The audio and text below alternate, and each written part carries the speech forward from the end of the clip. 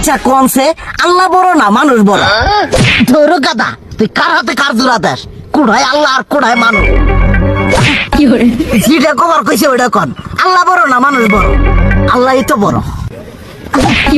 আল্লাহ বড়, তাহলে আল্লাহর কথা না হইনা মানুষের কথা শুনেন কে?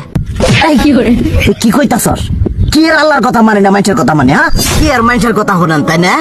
আমনে যে ওই দিনকে ডায়াবেটিসের রোগ নিয়ে যে হাসপাতালে গেলেন, ডাক্তার আপনার কত কিছু খাবার না করলো, সব কিছু না খাই এখন চলতেছেন।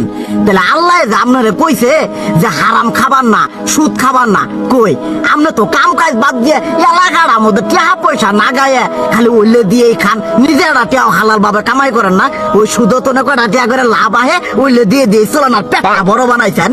শুনেন একটা কথা কই, হারামের কোনোদিন আরাম নাই।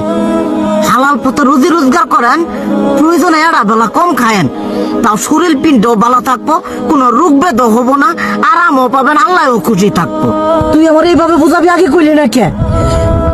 আসলে এই বিষয়টা তো আমি কখনো মাথায় এইভাবে নিইনি যে আমাদের কখনো ডাক্তার নিষেধ করলে ঠিকই আমরা নিষেধ মানি, কিন্তু উপর আল্লাহ যে কত কিছু নিষেধ করে দিয়ে সেটা মানি না। আর এই যে হারাম পথে টিয়া পয়সা কামাই করতেছেন, শরীরের মধ্যে দুনিয়া রোগ বেত হয়েছে, দেখা যাইতেছে যা টিয়া হারাম পথে কামাই করতেছেন তার তো বেশি টিয়া মনে করেন জ্বলে যাইতেছে গা বেশি। আজকের পর থেকে আমি আর এই হারাম সুদ খামো না, আমি হালাল পথে চলবো, হালাল টাকা পয়সা ইনকাম করবো। এতে করে যদি একবেলা কমও খাইতে হয় তবুও খামো, তবু আমি আর এই হারাম পথে চলবো না। আচ্ছা ঠিক আছে।